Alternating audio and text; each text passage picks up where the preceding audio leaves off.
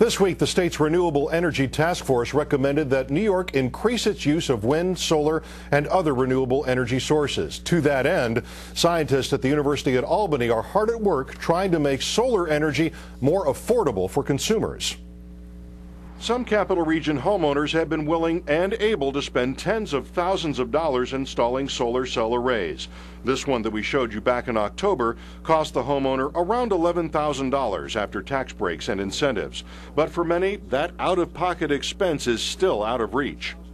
The New York State Energy Research and Development Authority reports only a small number of homes and businesses in the state have solar panels. 852, most of those being homes. 362 are in the process of getting them. Scientists at UAlbany's College of Nanoscale Science and Engineering are trying to raise those numbers, pioneering new ways to make solar cells, trying to make them smaller, lighter, cheaper, and more efficient.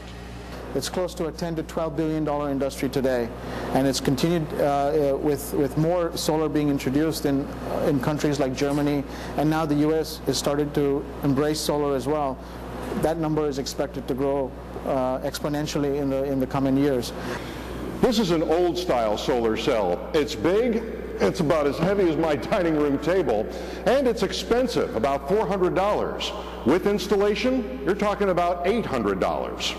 This is the new wave of solar cells, less than half the size and thickness of the original and cheaper. A new panel the same size as the older model would cost only $100 and be more efficient. But it's not just about cost. UAlbany scientists are trying to make these solar cells more user-friendly.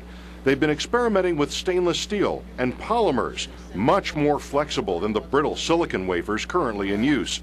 They could turn your windows and your roof into solar collectors. They can get an installer to come in and buy a solar cell that they can actually get installed on their home. Eventually, in the long term, the installation process is going to become fairly simple and easy and straightforward, where people can come in and roll out the solar cell and put it on their roof, so it's actually integrated into the roof tiles too. So if you buy a new home, it might come integrated with a solar panel into it, and just hook it up into the outlets in your wall.